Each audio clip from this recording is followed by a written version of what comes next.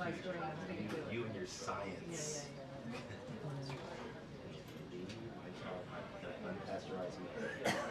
Oh yeah, wait till we have the unpasteurized milk. Now it's amazing strong. Oh yeah.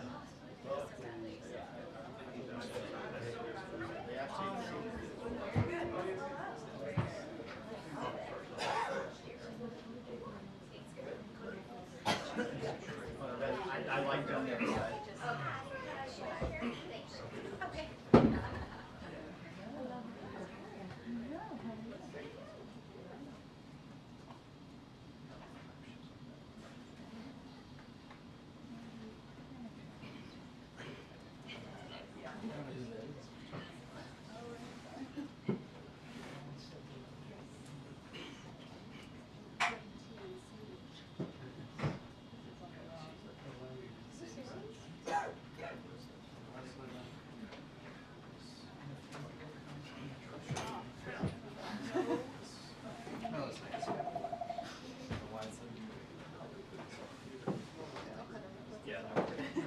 Miners keep inspired so much.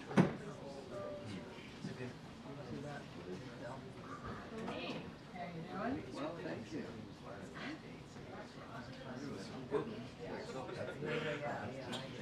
Thank you. I have. There's that parade and got drenched. Christmas, I wish it were my house. It's a lot of different houses. But we're preparing. As evidenced by the Amazon arrivals.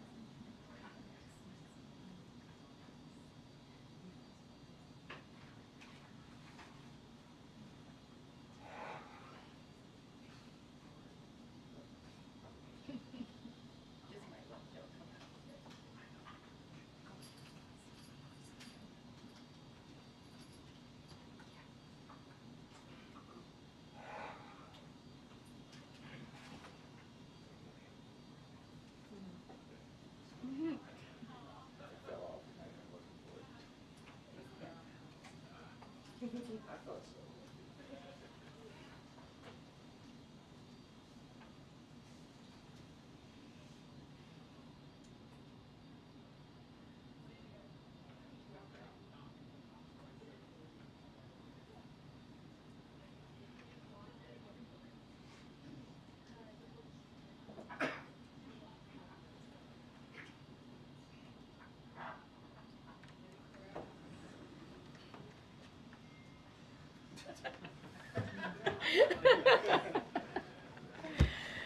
All right, good afternoon, everybody. Foggy day, foggy day. So this afternoon, President Biden delivered a major address on his economic legacy. After decades of trickle-down economics, President Biden has written a new playbook that's growing the economy from the middle out and the bottom up.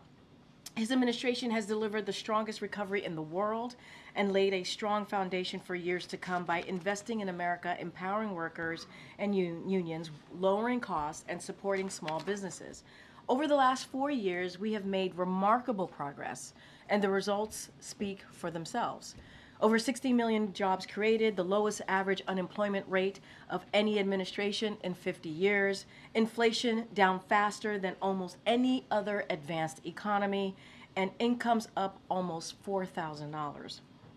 The list goes on. As you heard the president say, we face an inflection point.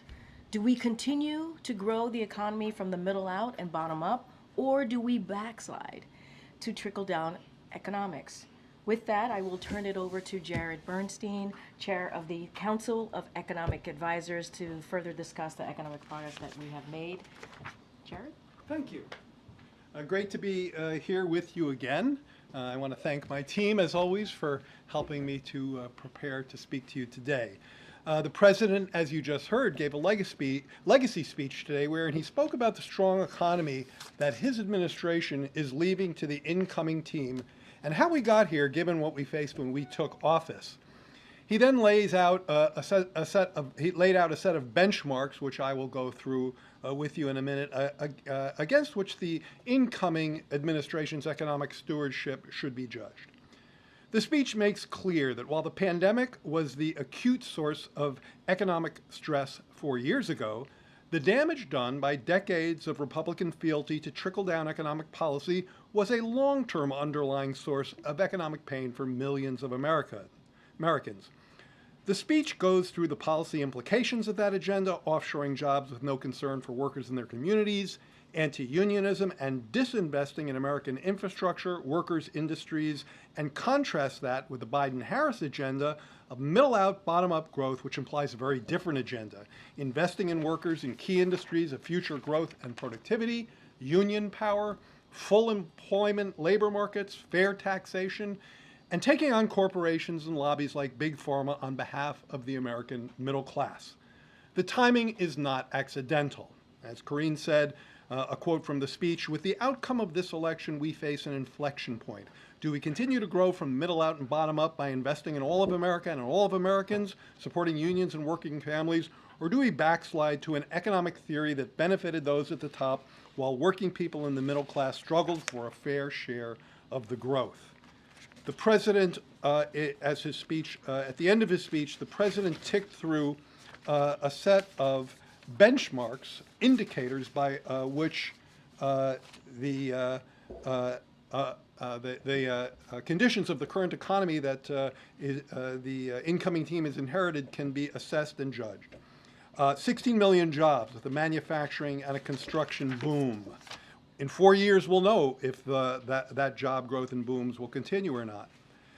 Historic lows in unemployment, record new businesses, significantly closing the racial wealth gap, more people covered by health insurance than any time in history. Our tax code is fairer. We've gone after concentrated corporate power, and in 4 years we'll know if this power goes back to big corporations or not. Let me end my introductory comments today with a little bit of a reflection on the economics, speaking as the chair of the CEA, of the economic theory behind what the President talked about in his speech today. I should say the economic theory and the economic outcomes is as far from just a theoretical or an academic exercise. The President talked about achieving a soft landing, and this is the idea of considerably lower inflation without giving up much on the economy's demand side. That is, lower inflation without higher employment. As you know, many economists told us we couldn't get there. We'd have to have a recession to have as much disinflation as we've seen. In fact, that did not occur. And one of the reasons it didn't is because the job market, I heard the President mention full employment a couple of times in his speech today. The job market has stayed uniquely strong for uniquely long. And that's given workers bargaining clout along with his union agenda. And so as prices have come down, as inflation, I should say, as inflation has come down, and wages have gone up, we've had real wage gains now for about a year and a half on a yearly basis. Last seen 1.5% real year over year. That's real. That's a considerable pace of real wage gains. This helps support strong consumer spending, and that's been a core factor keeping this economy moving forward above trend growth rates, and leading to a situation that you heard the President talk about today where the U.S. economy really is the envy of the world. And I say that as someone who recently came back from Europe, where I was frequently accosted by people who wanted to just talk about how we've achieved the innovation, the productivity, the persistent full employment that we have. That's the consumer side of the story, the consumer spending side of the story. It's 70% of our nominal GDP, so it's extremely important to keep the economy moving forward. But I often think of consumption as today's story and investment as tomorrow's story. I think what the president talked about today, that was so important and so compelling, especially given the fact that many of these benefits are going to unfold 2, 4, 5, 10 years from now if the incoming folks nurture the seeds we've planted versus take them out.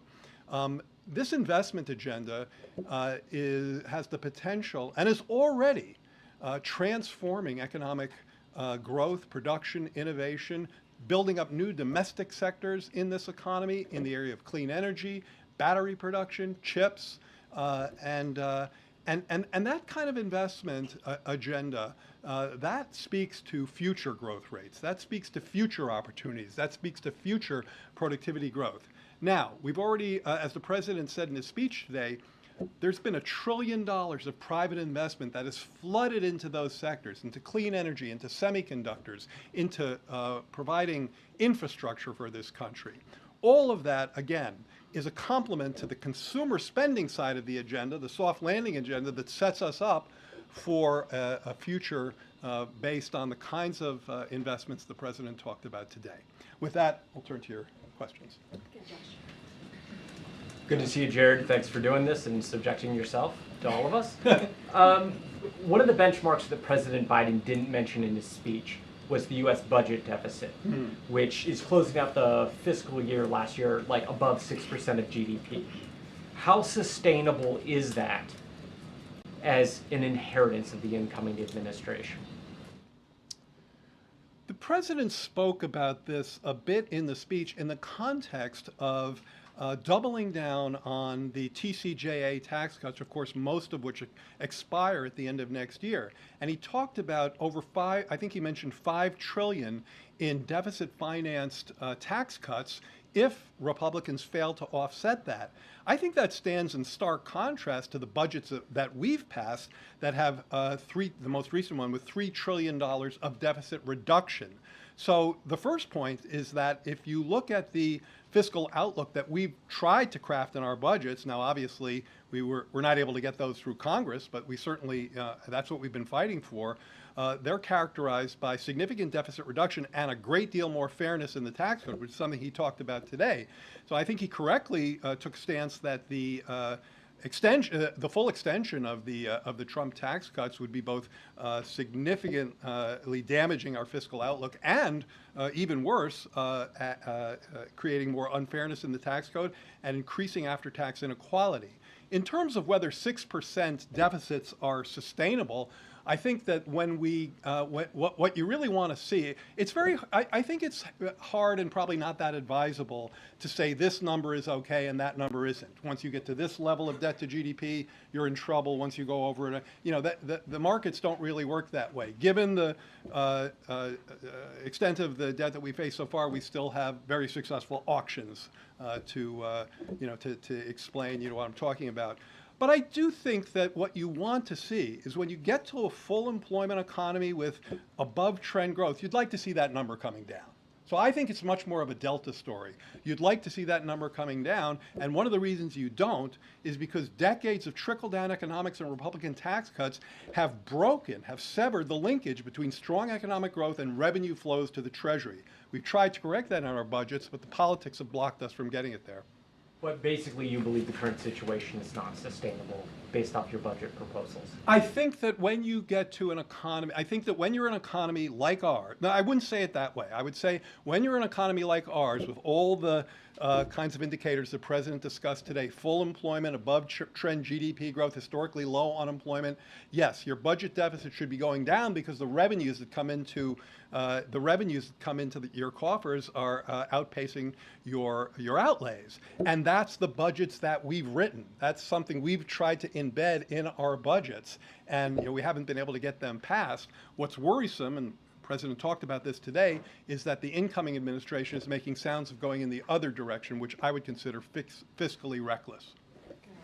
Yeah, Jared, it's been a little while since I've seen you, so I want to ask you a question about the speech and the context for it. I mean, so many voters cited inflation and just their pessimism about the economy in exit interviews as we were watching the election. So what is what is the purpose of sort of going out and saying, well, we did all this right against that backdrop? It's kind of like water under the bridge, right? You know, sort of your account of the economic progress is against the backdrop of people having said, no, that's not what we want to do. Well, as I tried to express in my topper here, in my introductory remarks, the purpose was really twofold. One was to lay out a set of benchmarks. I mean, I think the president quoted Reagan in the speech saying sometimes facts can be stubborn things, but they are facts. So lay out a set of facts that are unequivocally correct about above trend growth, trending at 3% on real GDP, lowest average unemployment in 50 years, 16 million jobs, and so on, real gains in average income of $4,000 since we got here. Lay down a set of facts, benchmark 20 million new businesses, small businesses created.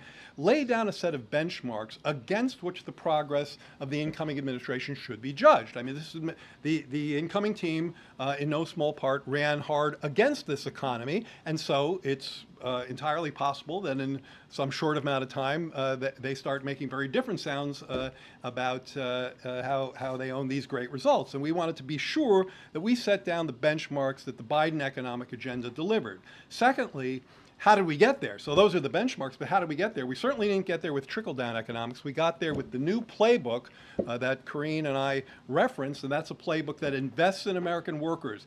It invests in American bargaining power. It believes in union strength. It believes in fair competition. It believes in fair taxation and a more reasonable fiscal outlook.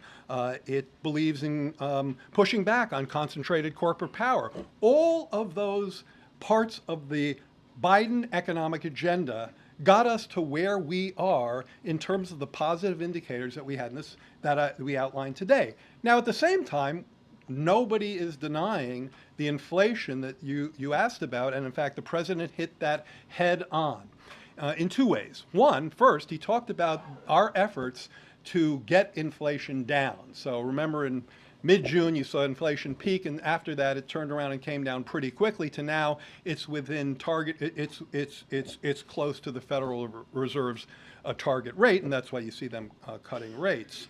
And so how did we get there? Well, we did a great deal of work on trying to unsnarl supply chains. The president talked about his release of oil from the strategic reserves, and of course, a full set of cost-cutting measures going after junk fees, healthcare, and so on.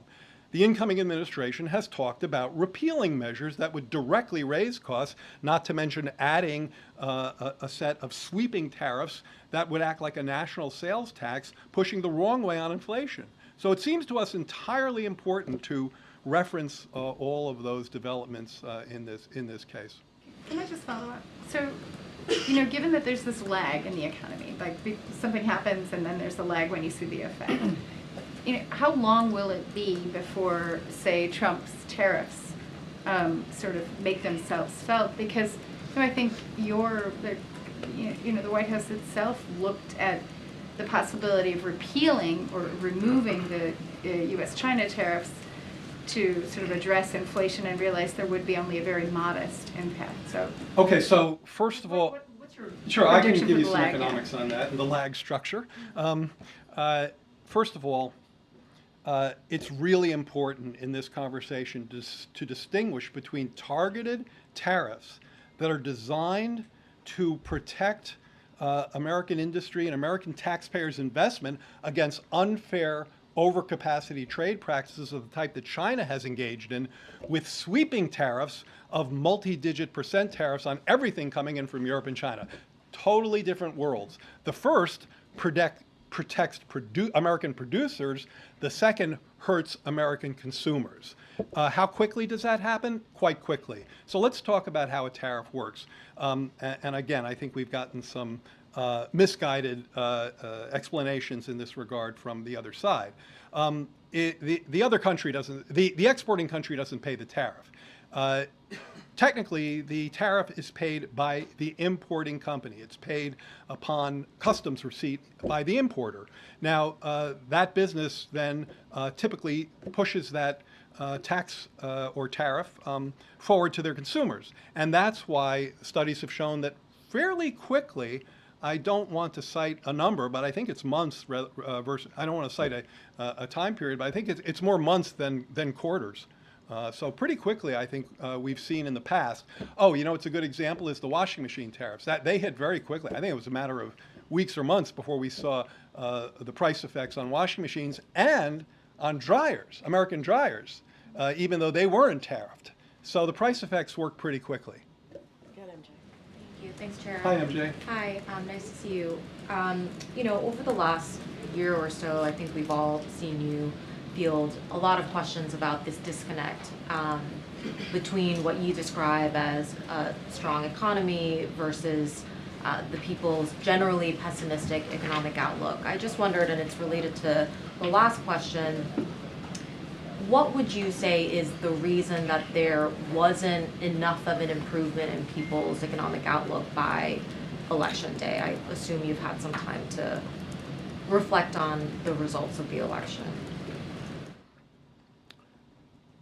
It seems clear, if you look not just at our election, but at elections and approval ratings across the globe, that not just inflation, because by the time the election came along, inflation was back down within distance of 2%. So it was back down close to the Fed's target. So not inflation, but the price level, the cumulative impact of inflation. So the fact that people could still remember what things used to cost, that was a force that really whacked incumbents in every I think virtually every election we've seen across the globe. So that was a very powerful force. Now look, from our perspective, we needed to do two things. We needed to get inflation down, because you'll never get people will never be able to acclimate to the higher price level unless inflation comes back down to around 2%. And that was behind our work on unsnarling supply chains, which became very important in this space. One of the graphics that I like to tout from our CEA team is if you look at supply chain measures of stress, which go way up and way down in the pandemic and post-pandemic, and you plot them against commodities goods inflation, they track each other very closely with a bit of a lag. And so getting inflation back down to target was very much an important part of agenda. But that just means prices are rising more slowly. It doesn't mean they're falling. And in fact, to have a broad decline in the price level, you would need a deep recession that nobody wants. So what you need to happen is for incomes to catch up. Now, those dynamics were happening. They were occurring. And I've spoken about this from the podium before. I theorized, probably a couple of years ago, and one of my colleagues and I are trying to write an academic paper about this. I theorized a couple of years ago that if inflation came down and people had enough time to acclimate to the new price level, an acclimation that would be very much aided, and in fact was essentially, had to be aided by rising real wages or incomes, eventually they'd start to get acclimated and to feel better. And what's the word I want? Sort of a trivial example of that is. When I started driving, gas was 60 cents a gallon. But I don't walk around annoyed that gas isn't 60 cents a gallon because, well, prices have gone up, incomes have gone up more. That's where we are. Inflation is back down. The price level remains too high from the perspective of consumers and voters. And that's partly, a big part of the answer to your question. I sense you want to say something else. This long memory that people have Yes. on price levels. I mean, do you feel like you, the president's economic team, the president himself, could have done anything differently over the last few years to better address that, better, sort of meet people where they are? I mean, you've known that that is where people's heads have been at for a while. The question of could you have done something different and better, I always feel like, sure, you could always, nobody's perfect and you can always improve on what you did. But on the issues I'm talking to you about, we were one of the first folks to be talking about this, to be understanding the difference between inflation and price levels from people's perspective. I mean, I don't know if you remember, but I brought this to our senior staff one day. I brought this, well, I think it might have been the only time I did this. I brought a handout to our senior staff and said, let me talk to you about the difference between inflation and the price level and how people feel about that. And, economics doesn't think that much about the price level. It thinks a lot about inflation. And, not at all a critique of the mandate of the Fed. That's the congressional mandate, and the one they follow, but it's full employment and stable inflation. So, and you'll hear Chair Powell talk about that I recognize the price level is a stress to people, but my job is to get inflation down. So it's something we've been on for a long time, and it's behind the cost-cutting work that we tried to do here. We cut costs in healthcare. The president talked today about junk fees. You saw the energy results from the SPRO release and so on. We tried to get a lot more competition going in the grocery sector, where there's definitely not enough competition, leading to pretty high markups and profit levels that we've talked about and used the bully pulpit to convey our concern about. But, you know, we live in a capitalist economy, and so prices are generally determined by private markets. But where we could, and healthcare is a great example because the government is in 9% of the healthcare market. So healthcare is about 18% of GDP, about half of that is the government. So there's an area where we could and did make a huge difference. Insulin, capping prescription drugs, which kicks in, by the way, in a couple of weeks, the $2,000 cap on prescription drugs. We're very proud of that agenda. You know, could we have done more or talked about it differently? You know, I think we did what we could. Hey, Jared. Hey. Good to see you. One of the things the president mentioned today at Brookings was he hit a note of regret about not signing the COVID checks the way that Donald Trump did, and I just was wondering if that's something you ever talked about, or following up on MJ's question about what could have been done differently. Was that a debate that happened at all? Would you have recommended anything to the president in that regard? It's not something I recall talking or debating about. I mean, I will say two things about that. One is, just to bring it back to the economic space in which I'm more comfortable, certainly those checks were instrumental in what I described earlier, which was getting businesses and consumers to the other side of the crisis. You know, we gave people more buying power than they had at a time, and there's been a lot of second guessing on this, so I'd love to set the record kind of straight. In January of 2021, it was peak COVID deaths. Okay, the unemployment rate was stuck at 6.7%, and I just looked back the other day. The last jobs report when we came in was a negative. It has been revised. It's been revised differently. I think it's actually been revised to be a bigger negative, but it was a negative. In other words, we'd lost, I think, 140,000 jobs according to the print. That was in December of 20. So this was a very challenging economy. You know, people who say it was fine and you shouldn't have done anything are forgetting, you know, that's amnesia. So we're very proud of the fact that this income got into people's hands quickly. Who was asking about the lag a second ago? Boy, there's a really tight lag there. You know, this money got out quickly. It got into the economy quickly, and it very quickly set up an economic expansion that is today the envy of the world. The president isn't hyperbolic when he says that, and I say that having recently come back from Europe, is the end that set up that full employment expansion that we've enjoyed since then. And two, so I said there'd be 2 points. Two, he was kidding. Oh, wait, were you kidding about signing the checks? He was kidding. Good, Daniel. Thanks, Jared. I just wondered if you have had the chance yet to speak to your successor in the Trump administration, and if you've got any advice for him. I have not. I don't know who will be sitting in my chair yet, so I haven't spoken to that person. And then advice? Yeah. That's a good question, one I haven't thought of. I would say read the president's speech today. Really, I'm not being facetious.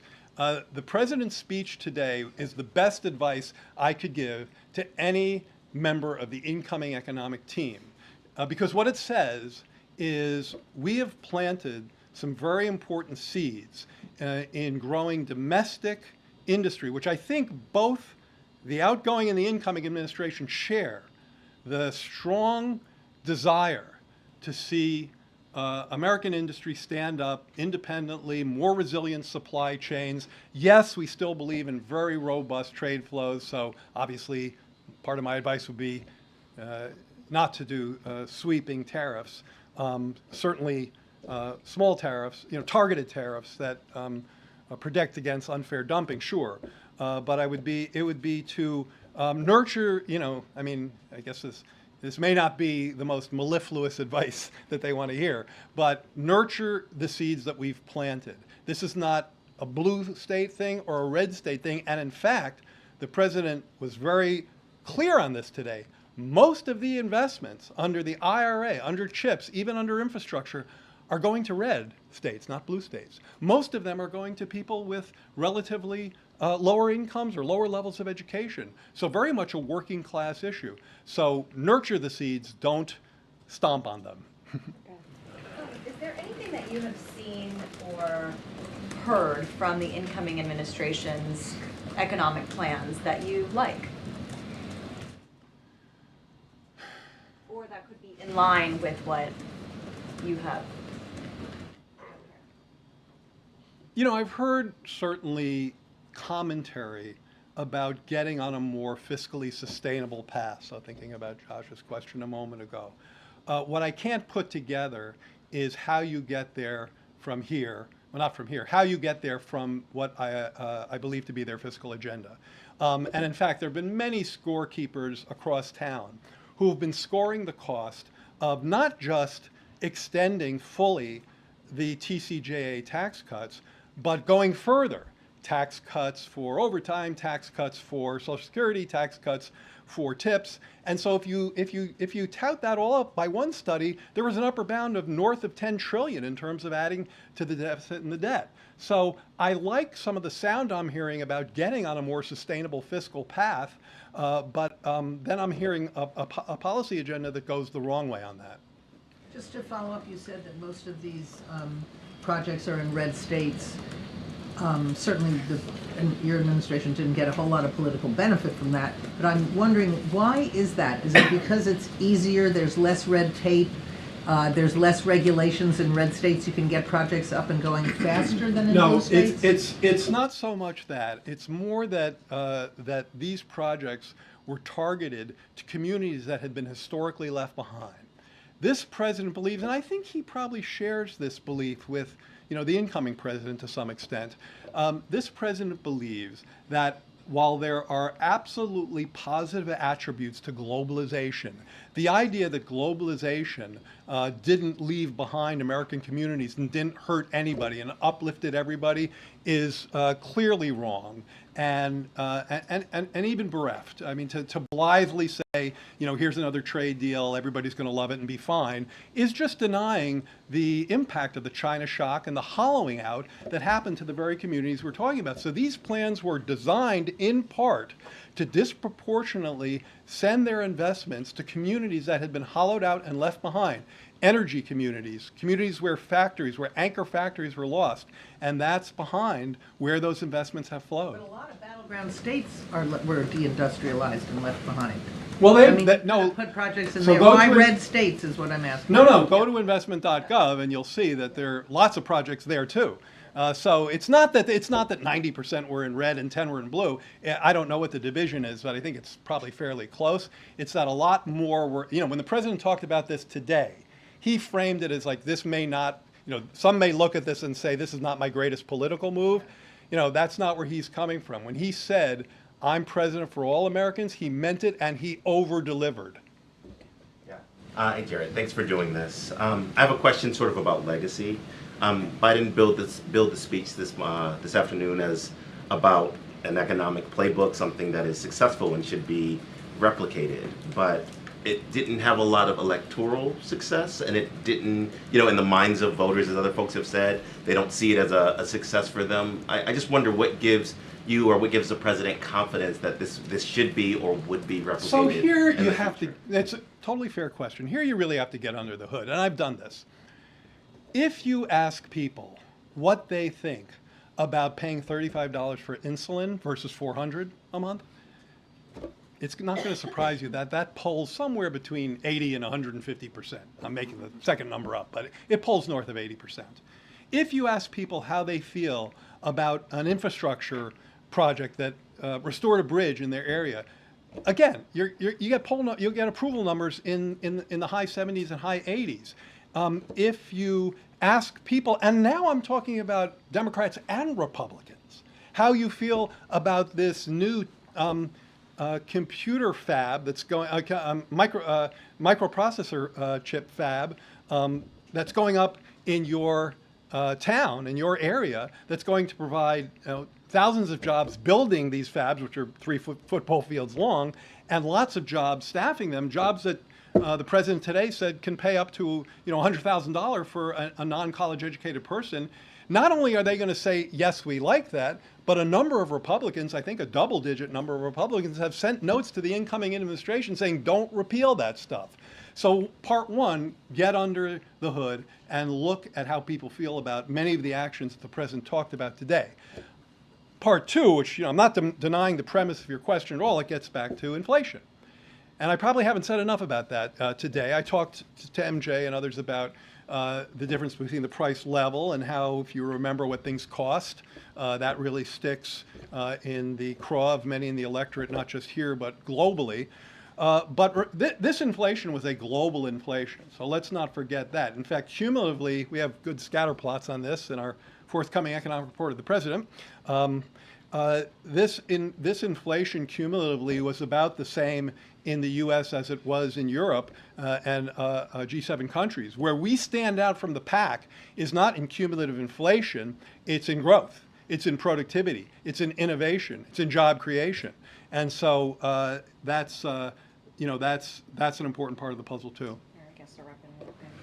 Thank you for being here, Jared. I just want to ask you, a lot of this has been sort of reactive to the new administration that's coming in. The president-elect posted in the course of the last hour, as we've been gathering, that any company or person investing $1 billion or more into the country will receive fully expedited approvals and permits, including environmental approvals. Is there any consequence to something like that? Maybe this is a question that's more about the environment more broadly, but economically, is there any reason why this should be something that's reconsidered against tough scrutiny? I would hesitate to respond to a tweet from the incoming president just because I'd like to know more about what he's talking about and whether that's something they're actually planning or something. Fair, that's all we know about what he's talking about. Right. That's fair. So I probably wouldn't say much about that. I will say the following that speaks to that a little bit. I keep flacking our forthcoming book. So in the economic report of the president, out in a few weeks, one of the chapters in that, it's not like we make any money. It's just point and click. So it's this is just intellectual sharing.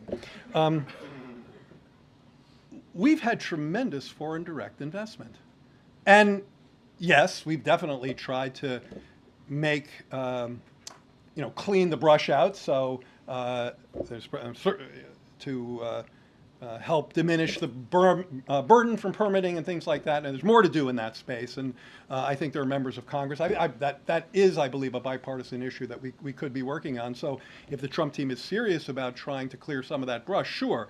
But one thing I hear too often from him and them is, without regard for any impacts of some of the guardrails that are there for a reason. So that's why you shouldn't really just respond to a tweet. You need to look at what's the impact of taking down guardrails that are embedded in that tweet, but not realized, not recognized. But without, even with the current situation being as it is, we've had tremendous inflows of foreign direct investment. I mean, TSMC, as you well know, I suspect, is building plants and already testing chips, and I think quite successfully, in their fabrication plants in Arizona, I believe. And of course, across the country, we've seen these investments play out. And when I think about the pictures in this chapter, the foreign direct investment charts, they spike up like that. We've certainly seen historical investments in manufacturing facilities in this country. We recently hit a peak in the contribution of manufacturing facilities in this country. Its contribution to GDP was recently the highest it's been since the early 1980s. So that's not just domestic investment, that's global investment. We're very proud of it. All right. Go ahead, Jared. Last question. Thank you. So, I guess more broadly, the audience for the address today, was it, like you said, just for the American people to know sort of what you were and kind of how to judge the next 4 years, or is this kind of a call to action for members of Congress, for Democrats to think before maybe they go along with some of these policies legislatively?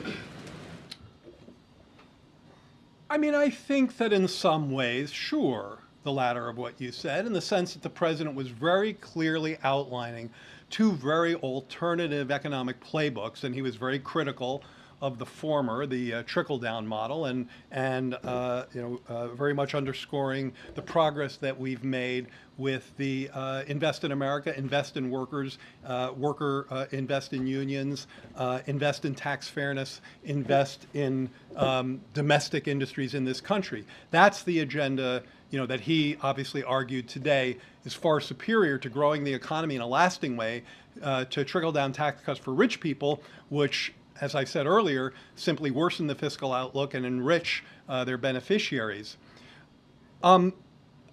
What I would say in terms of, I don't know that there was some sort of, no hidden message to politicians in there, but I've tried to say today, one, I think, useful way of looking at what he talked about today is this investment agenda. Strong consumer spending, it's 70% of our economy, that's important, but investment, is another 10, 15%, and that's important too. Consumer spending helped us get to where we are, helped us, strong consumers on the backs of a strong labor market, easing inflation, strong real wage and income gains, that's helped get us to where we are. And in fact, a healthy American consumer, off the backs of a strong full employment job market, will always propel this economy forward, because consumer spending is 70% of our GDP. In Europe, it's 55%. In China, it's 40%. So that's a natural place for us to have gone.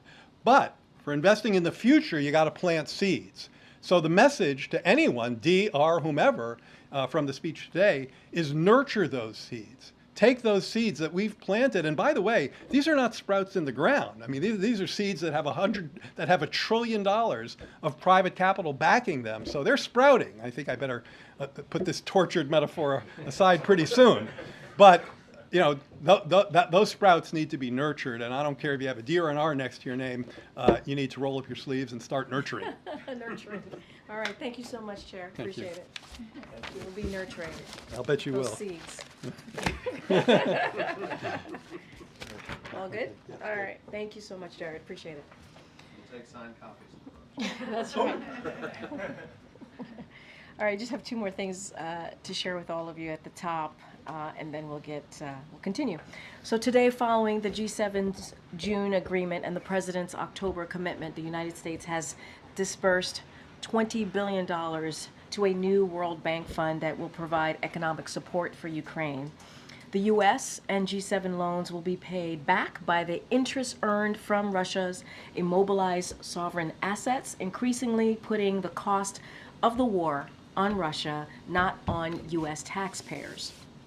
After Russia's brutal invasion of Ukraine, the G7 made a commitment that Russian sovereign assets in our jurisdictions will remain immobilized until Russia ends its aggression and pays for the damages it has caused Ukraine. The United States and G7 are now making good on that commitment. Together, we will leverage income earned from frozen Russian sovereign assets to provide a total of $50 billion of extraordinary revenue acceleration ERA loans to Ukraine. This will lend vital support to the people of Ukraine as they defend their country, and it also makes clear aggressors and tyrants will be responsible for the damage they cause. And finally, tomorrow, the President and the First Lady will host the first ever White House Conference on Women's Health Research. The conference will bring together business philanthropic leaders, academic researchers, advocates, investors, and administration officials to discuss the President and First Lady's historic leadership to advance women's health research.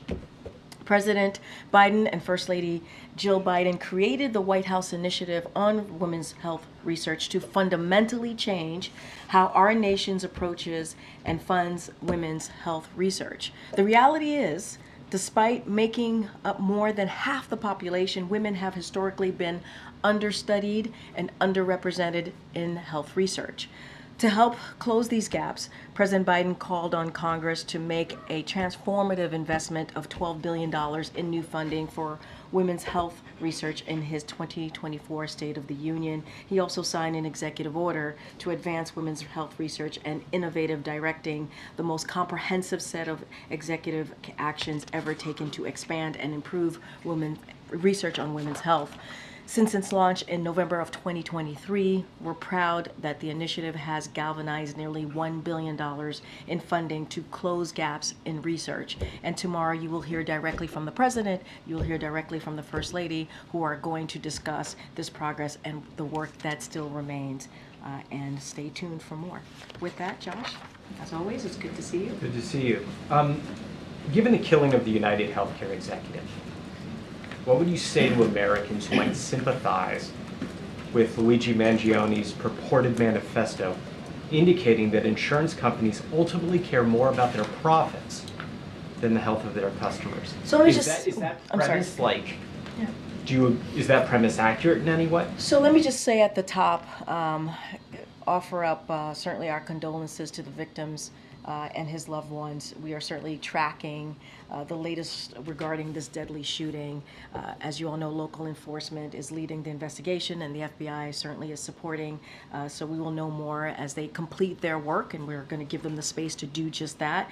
And we are grateful to law enforcement for apprehending the suspect, and we stand ready to provide further support if needed. And so while we're certainly not going to comment on the investigation, we condemn violence in the strongest term. And so I'm just going to be really careful here and not comment on this case as we do normally. It's not, it's our usual step forward as we talk about these types of situations. Obviously, this is horrific.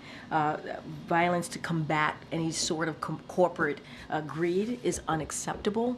And so that is as far as I'm going to go. I'm going to let the investigation move forward, and I'm not going to speak to any manifestos or anything that is coming out to this. Let me follow. This administration has made price gouging a priority. It's talked about junk fees. The president just outlined part of this in his economic speech.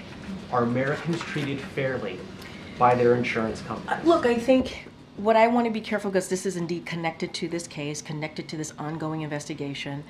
I do want to be mindful on what I say from here, and I'm going to let this open investigation continue and let the law enforcement do their job. I think it's important that we give them the space to do that, and I don't want to speak to what has been said by this particular individual.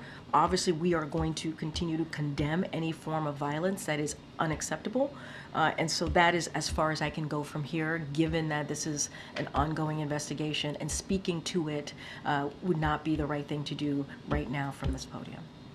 Got Karine. A couple questions about drones.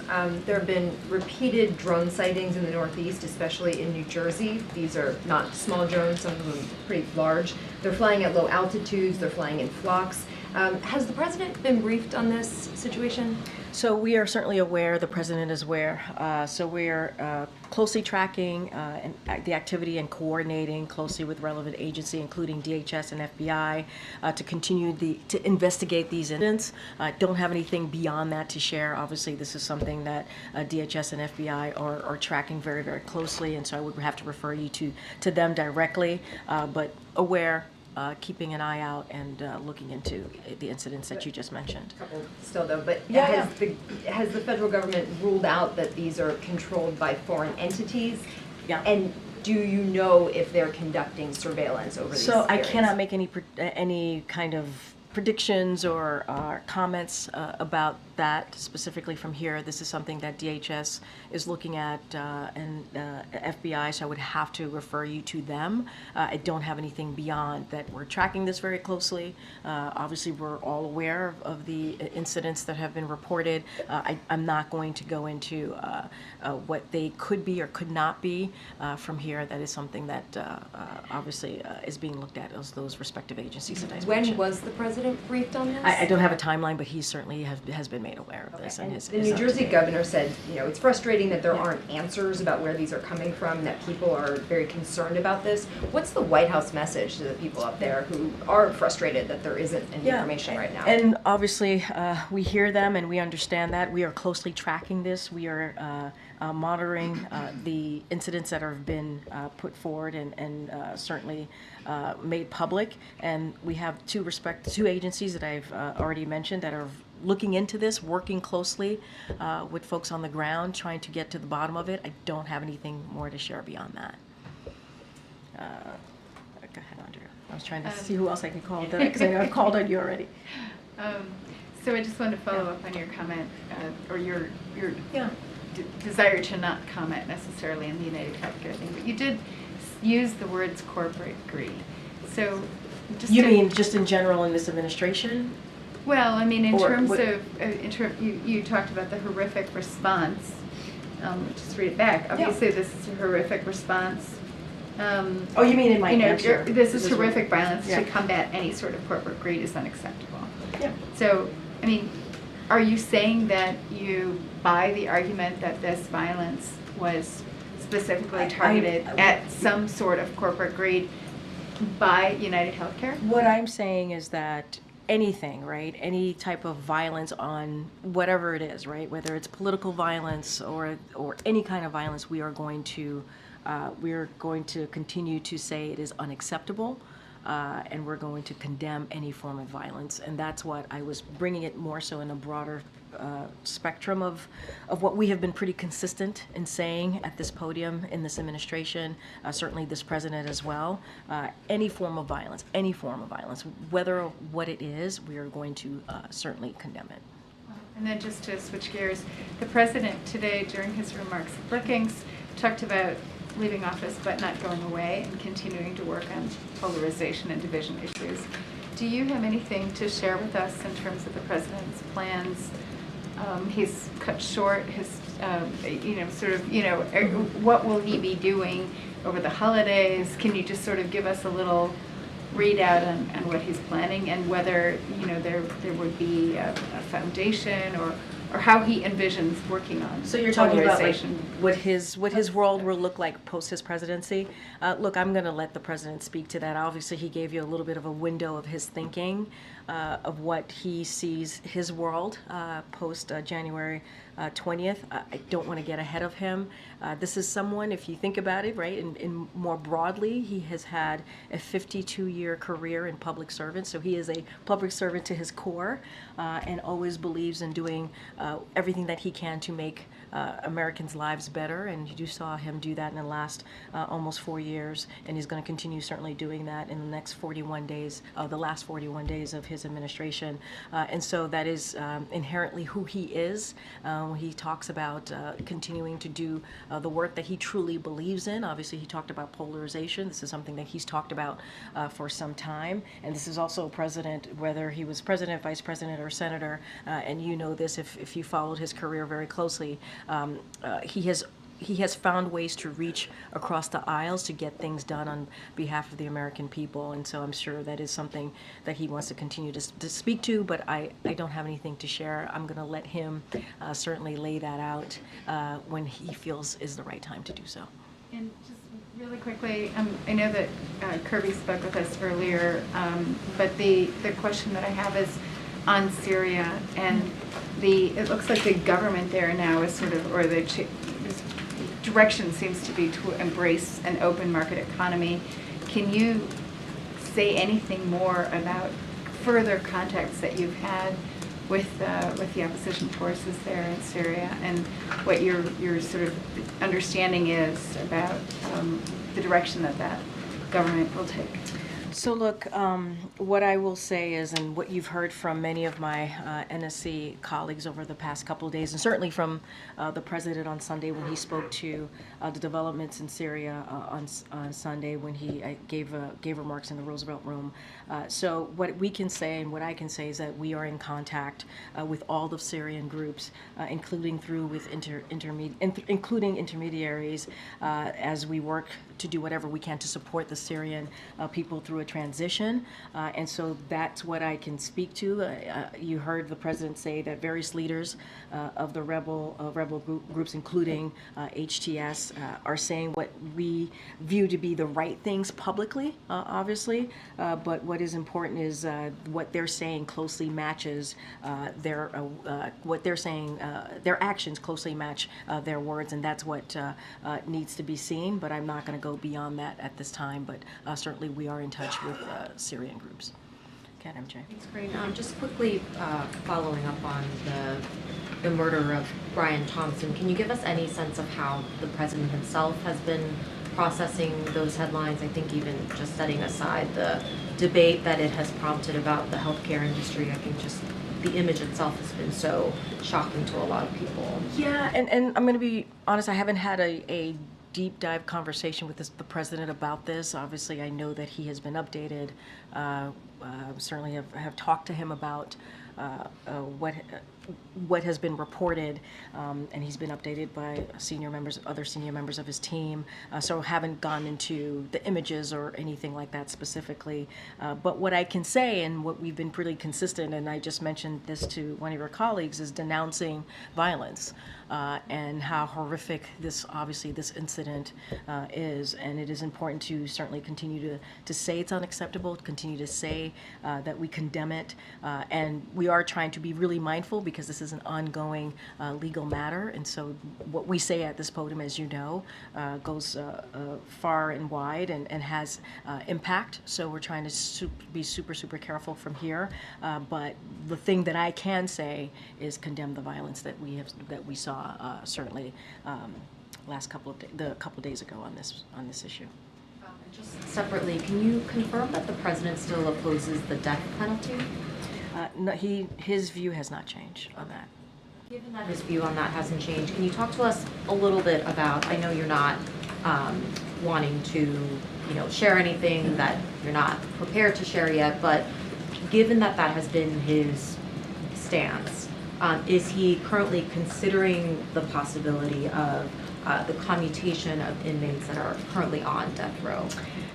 Again, I'm not going to go ahead of the president's thinking. Certainly, we will have more to announce on pardons and commutations, as I've said many times before. But there's a process. He's reviewing it. He's thinking through it. I'm just not going to get into any specifics from here at this time. When he's ready to make announcements, we'll certainly, obviously, share that with all of you. Quickly, you mentioned the president can speak for himself on a lot of these issues. Will he give a year-end press conference? I don't have anything to share. Obviously, the president is going to wants to continue to engage with all of you. I don't have anything to share on that. The former Israeli defense minister was here today. Any updates on where the hostage negotiations stand?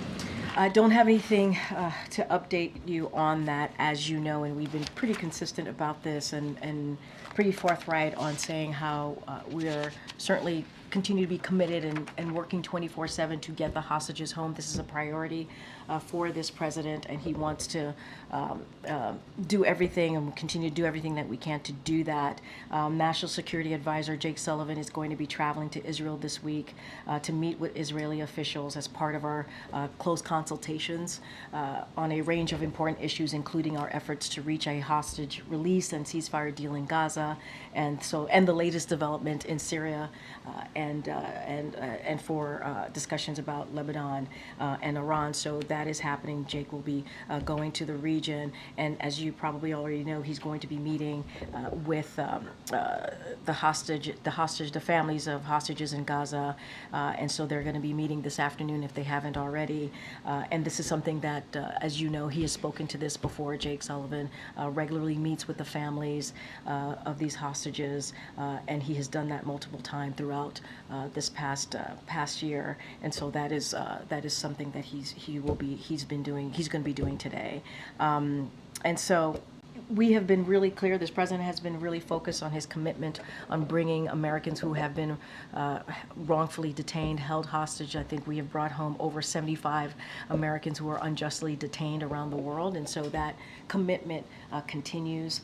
And so that is certainly what we're going to work on 24/7 from here. And to that note, the president said that he believes that Austin Tice, American journalist held in Syria, is alive. What exactly is that based off of, and has there been any movement in terms of securing his release? So let me just say at the top that is a priority. You heard that from the president when he took, I think, he made a statement and certainly took a question about this on Sunday. Finding Austin Tice is a top priority of this administration. The FBI and State Department have offered up to $11 million in reward to anyone who can provide information. We do not know where he is located. We do not know. But we continue to hope that he is alive.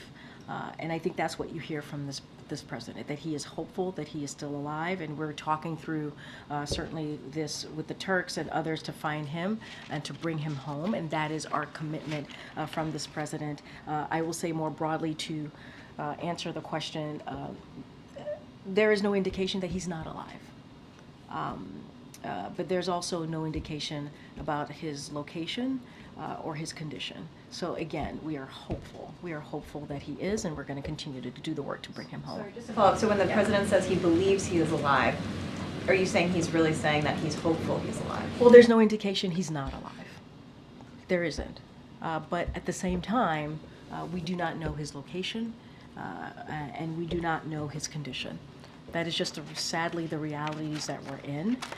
You heard what I just laid out about what the FBI and the State Department have done, offered up $11 million in rewards to anyone who can provide more information. I think that shows our commitment to bringing him home. And that's what you're going to continue to see from this president. Again, I talked about how he has, in his administration, has brought home more than 75 Americans who have been wrongfully detained. And so I think you can see this president and hear this president's commitment to doing that, getting Austin Tice home to his family. Yeah, Peter. Can you detail how recently or when most recently President Biden himself spoke to the Tice family, what the engagements with the family look right now, and then what, with some specificity, is being done to try to secure more information? Is there a hostage recovery effort that's taking place that's physically in Damascus on the ground? There are American troops there. What more can you tell us about that? So I would have to check in. I don't have any update on a conversation when is the last time the president has a conversation? None since the fall of Assad. I just want to be super mindful. I just haven't had that conversation, so I don't have anything to share with you on the last time the president has spoken with Austin's family. As you know, Jake Sullivan, the National Security Advisor, spoke to his family just last week, so that has occurred. There's been engagement and from us with the family, so just want to make that clear. Look, I just laid out how the FBI and the State Department has offered up $11 million in rewards, right, to try and get more information. We do not know his location, and we do not know his condition. And so we are trying to do everything that we can to get that information. We are committed to bringing him home. And so that is what you heard from the president, certainly on Sunday when he was asked directly this question, or asked a question about Austin. And so that continues to be our commitment. So we are certainly working through the Turks and others to find him and bring him home. So that is the actions that we have been taking. And so I don't have anything else to share beyond that. If you have anything more to share, I trust you'll tell us. Let me ask you, if I can, following up on a question that was asked to Jared that raised this thought for me. Have you had any conversations with your successor at the podium, Caroline Leavitt, and specifically, what advice would you give to her when she takes the podium? Yeah, I was asked a question like this when her announcement was made, and certainly I wish her all the luck. And this is a great job. I love this job. It has been an honor and a privilege to serve as the White House press secretary to this president, to President Biden, to this administration, and I hope she enjoys it. And I hope, again, I just wish her well. This has been an experience that I will always remember, a lifetime, one of those experiences that will live with you forever, and I know people say how tough this job is and how unrelenting it could be, but I enjoy it. I've enjoyed this opportunity. I've enjoyed speaking on behalf of the President of the United States. That is a big deal. That is an important job. I have not spoken to her, but certainly wish her well. Obviously you wish her well, so those are good wishes. But in terms of advice, what is your advice? Well, look, one of the things that we have, I hope you all agree, in this administration, is we have brought back the norms of how to engage with the press, having these press briefings, doing these back and forths, and trying to do that in the most respectful way that we can. And I think it's important. It's important we did that, not because of all of you here. Obviously, we respect the work that you do, but also what the job that you do and what it means to the American people. So to be clear, would you urge the new White House to have a daily press briefing? I am not going to No. I think they have to decide for themselves how they want to move forward with a Trump administration. That is for them to decide. What I can say is bring back the norms I think, we believe, not even I think, the president believed was incredibly important to do. Having this back and forth with all of you, we believe was important to do on behalf of the American people. Being able to have the freedom of the press, right, and respecting the freedom of the press is indeed very much part of our democracy. We call you all the fourth estate, right? That is incredibly important to have that be part of this administration, the job that you do, reporting on what we're doing, even when we disagree with all of you. Not all of you, with some of you. I don't want to say all of you, a blanket all of you. But even when we disagree, just generally, right? Even when we disagree, we believe it's important to have that back and forth, and it's healthy. It is part of our democracy, and we want to continue to respect, certainly could continue to respect that. I'm not, it is up to them. I'm not sitting behind the resolute desk, and that is for that person to decide, the next person to decide how they're going to move forward. Okay. Yeah, two quick ones. One on the U.S. steel matter. Can you give us an update on the timeline, and is the president committed to making a decision one way or the other before he leaves office, or is there a possibility he'll let his successor make a decision? I don't have any update for you on that. I don't have an update. Next one, same question, TikTok. What about TikTok? Is the president committed to making a determination? Do I like TikTok? On TikTok, Yeah. before he leaves office, or is that something he might leave to? So look, so I'm going to refer you to the Department of Justice, who has put out a statement on this, and the court's finding that, and I quote, the government has offered persuasive evidence demonstrating that the act is narrowly tailored to protect national security and, another quote here, to counter a well-substantiated national security threat.